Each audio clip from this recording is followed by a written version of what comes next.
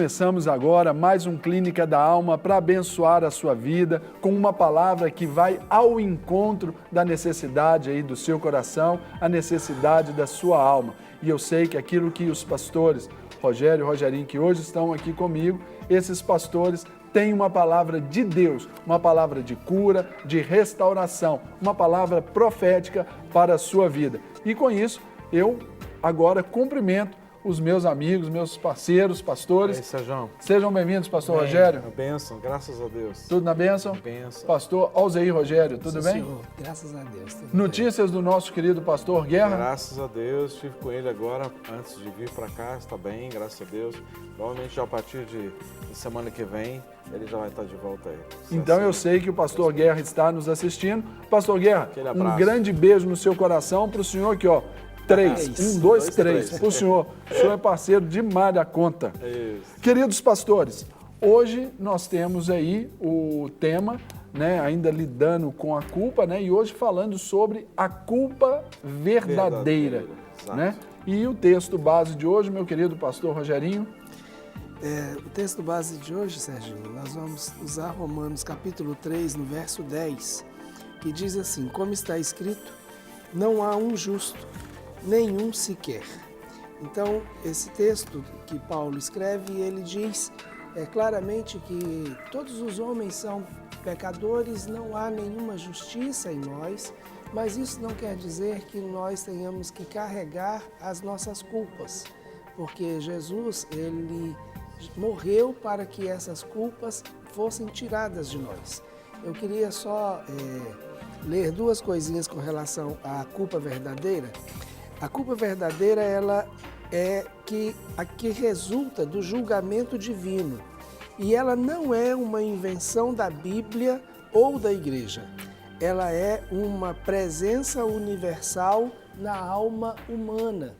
Então, muitas vezes, o mundo tenta trazer o conceito de culpa como se fosse algo estritamente ligado à religiosidade ou até mesmo ao próprio conceito bíblico, relacionando a culpa aos conceitos bíblicos.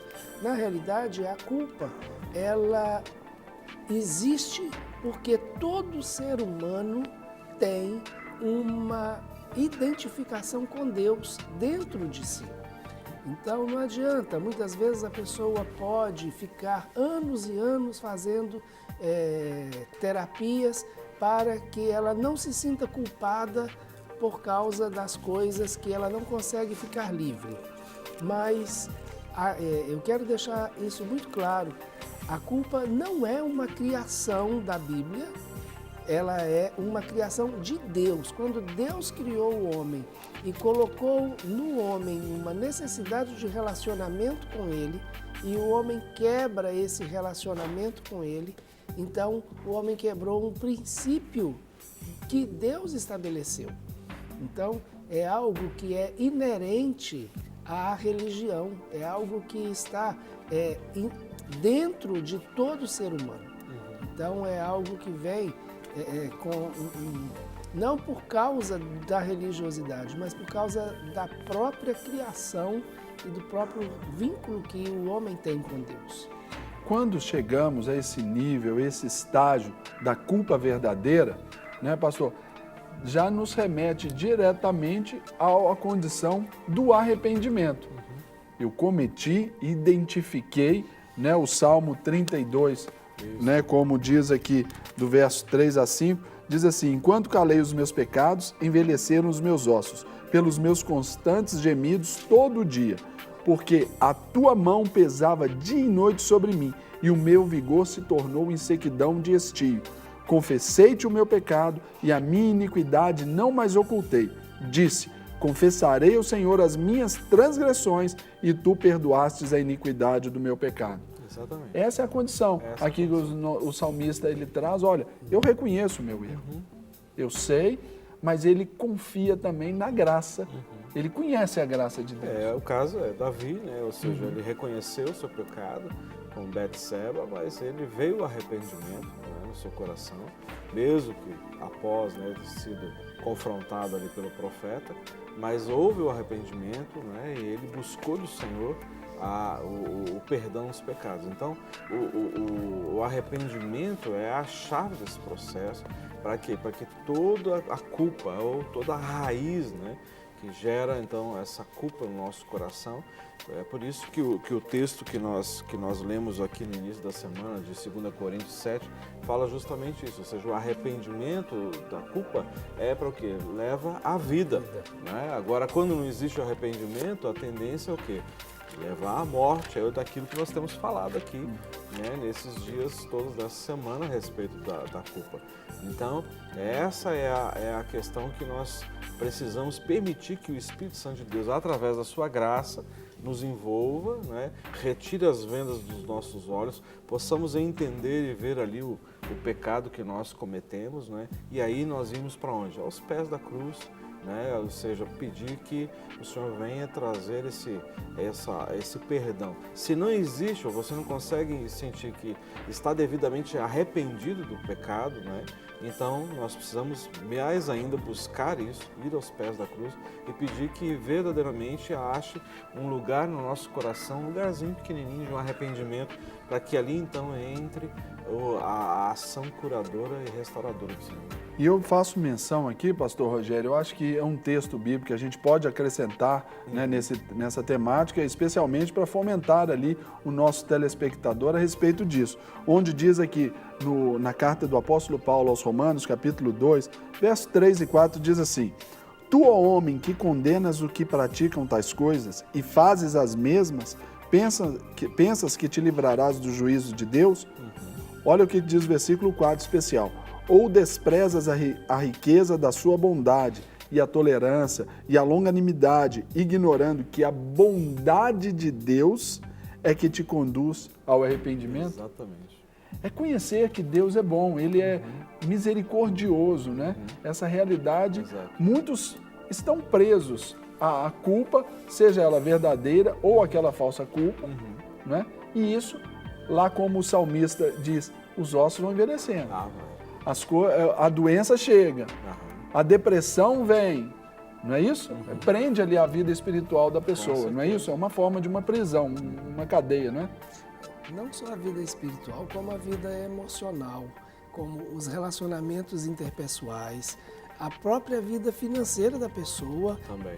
Ela fica presa quando a pessoa está debaixo debaixo do julgo da culpa e da acusação. É uma opressão, literalmente, exatamente, né, pastor? É uma opressão mesmo. Então a pessoa muitas vezes vai se sentir cansada, fadigada, desiludida, entendeu? Perde o gosto pela vida, perde a alegria nas coisas simples. Então, a culpa, ela vai ruminando isso. Aproveitando que hoje a gente está falando sobre a culpa verdadeira e estamos conectando essa culpa que leva ao arrependimento e que é uma ação de Deus por causa da bondade de Deus, de acordo com o texto que você leu de Paulo aos Romanos, e realmente essa é a obra do Espírito em nós. Porque o Espírito, ele nos convence do pecado, da justiça e do juízo para gerar em nós arrependimento. Então, ao passo que o Espírito nos conduz ao arrependimento, né, que é a conscientização do pecado, a conscientização do juízo, né, e nos coloca diante de Deus para recebermos o perdão, nós temos um outro espírito que é o espírito de acusação, que são os espíritos demoníacos. Então nós podemos até falar que as duas culpas, tanto a verdadeira quanto a falsa, elas estão debaixo de influências espirituais. A falsa que não gera arrependimento, que não gera cura, que gera acusação, peso e cria essa atmosfera de opressão. Então, aí há um espírito de acusação, espíritos atormentadores no reino das trevas. Mas Até o Espírito porque o diabo Santo... não brinca de ser diabo, né? Não, Ele está ali, ele faz o trabalho dele com Excelência. destreza, né? E ele tem know-how, né? Verdade, Tem know-how. Ele está fazendo isso desde que ele é diabo, né? é verdade. Pastores, eu tenho uma participação aqui que julgo muito oportuna de inseri-la nesse momento aqui do nosso programa. É da Conceição, lá de Três Rios, no estado do Rio de Janeiro. Sim. E ela nos manda um e-mail aqui, relatando um pouco da sua história, e ela está vivendo exatamente isso que nós estamos falando aqui. E ela precisa, né, de uma palavra.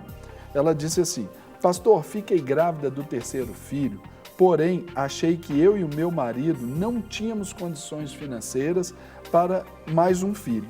Então tomei um chá altamente abortivo. No prazo de uma semana, senti os sinais do aborto. Fui ao médico e, após a consulta, ele informou que eu estava com um descolamento da placenta. Então, o aborto foi inevitável.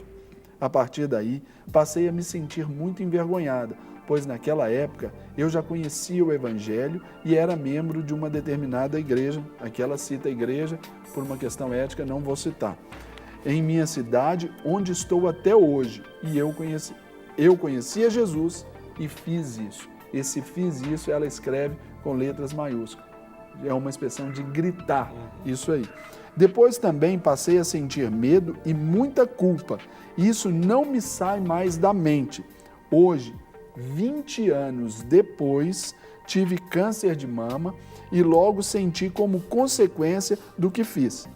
O meu filho, que se casou, ele e minha nora estão tentando ter filhos e não conseguem. Acho que também é culpa minha. Eu nunca contei isso a ninguém, porém não aguento mais esse tormento. Pastor, preciso de ajuda. Socorro, socorro, Jesus. Assim ela encerra aqui o e-mail. Forte, Uma né? história, né? Muito forte. E ela usou a expressão exatamente aquilo que o diabo faz, né? É tormento. Atormenta a pessoa o tempo todo. Então, minha irmã, olha só. Precisa existir verdadeiramente esse arrependimento. Deus perdoou você, eu creio, tenho certeza que você já confessou esse pecado, é claro, Deus perdoou. A gente convive com as consequências dos nossos pecados, não é? Agora, essas consequências, elas podem ser resolvidas também, não é? Em Cristo Jesus. Então, o que acontece é que foi aberta essa porta no mundo espiritual, na sua árvore genealógica. Não podemos dizer que o que você está sofrendo, câncer de mama, é uma consequência. Eu não posso afirmar isso, mas tudo indica que sim. Em hipótese, né? É uma probabilidade.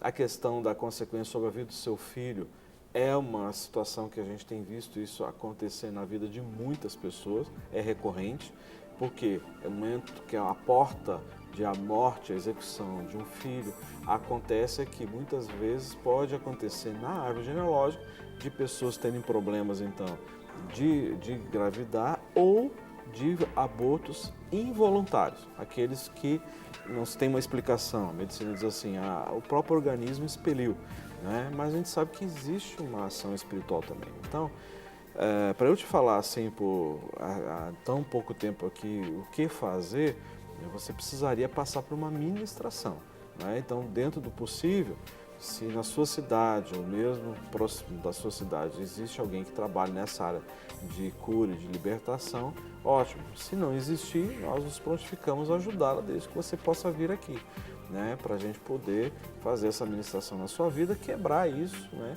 Para que, consequentemente, seu filho fique livre dessa situação, não é? Então, em linhas gerais, o que eu posso falar rapidamente aqui